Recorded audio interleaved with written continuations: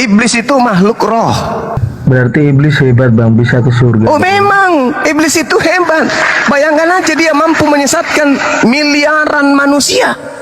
Kalau tidak hebat, bagaimana dia bisa kemudian menganalisa, mengatur dengan terstruktur dan terencana orang yang digantung di atas tiang dianggap Tuhan oleh miliaran manusia. Kalau dia nggak hebat, nggak mungkin itu bisa terjadi, nggak mungkin. Nggak mungkin. Bagaimana mungkin kemudian makhluk yang diciptakan dengan kesempurnaan akal bisa mati akalnya kalau iblis itu tidak hebat? Iblis itu makhluk terhebat dalam menyesatkan tepinya. Lah orang di surga aja bisa disesatkan, apalagi di bumi ini. Tempat suci bang, kenapa iblis bisa ke situ bang? Loh, iblis itu bukan hanya di surga. Iblis itu tadinya sujud beribadah menyembah kepada Allah. Dia bagian daripada apa yang dimaksud arasy. Kenapa masih di surga gitu loh bang? Kalau diusir, kenapa dia masih di surga? Seakan-akan iblis itu makhluk yang taat. Iblis itu makhluk pembangkang. Apa yang diperintahkan Tuhan itu yang ditolaknya. Ketika dia diusir dari surga, masakan ia langsung baiklah Tuhan kalau begitu? Katanya tadi taat. Sebelum Allah menciptakan Adam, iblis itu makhluk yang taat. Bahkan sampai dia pun sudah ingkar terhadap perintah Tuhan, dia masih mengakui Allah itu sebagai Tuhannya. Beda dengan pengikut Paulus. Betul-betul dia ingkar terhadap Tuhan yang menciptakan Adam. Itu pengikut Paulus, ingkar seingkar-ingkarnya. Itu. Kalau iblis tidak, iblis masih mengakui kemudian bahwa Allah itu adalah Tuhannya yang telah menciptakan dia. Ketika dia kemudian disetujui permintaannya untuk menjadi penyesat, beliau iblis ini masih memanggil Tuhan dengan panggilan Rabbi, Tuhanku. Bahkan dia masih memuji Allah dengan mengatakan bahwa Allah itu maha mulia. Fabi izzatika, demi kemuliaanmu wahai Tuhanku. Iblis masih memuliakan Allah.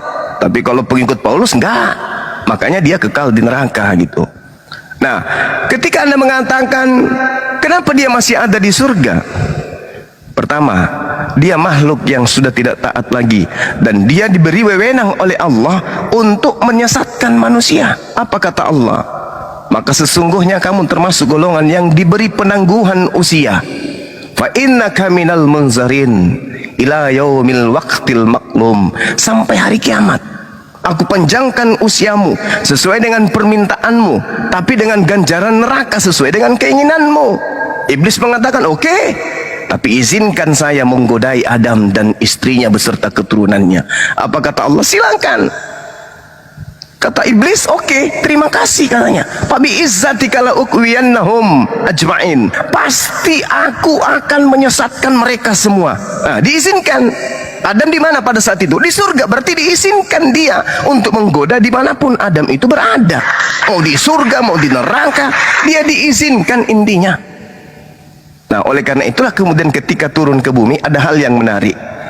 Nah, ini kalau di Al-Quran kan sudah jelas.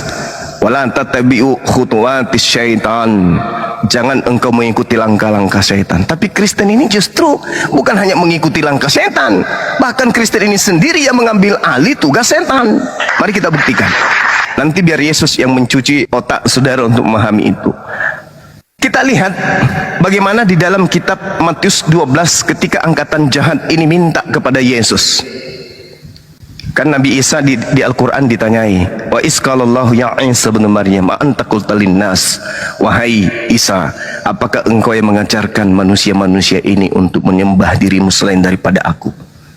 Kata Nabi Isa, kala subhanaka, maha suci engkau ya Allah, tidak mungkin aku mengatakan yang bukan hakku. Artinya di Islam Nabi Isa itu punya pembangkang yang menyembah dirinya. Itu di Islam. Yang menggantikan Allah dengan menyembah dirinya, itu di Islam. Berarti ada iblis di situ. Nah, sekarang bagaimana di Kristen? Ternyata betul sama. Nabi Isa, Nabi Yesus pun disembah. Mari kita lihat ya. Di dalam Matius 12 nomor 38.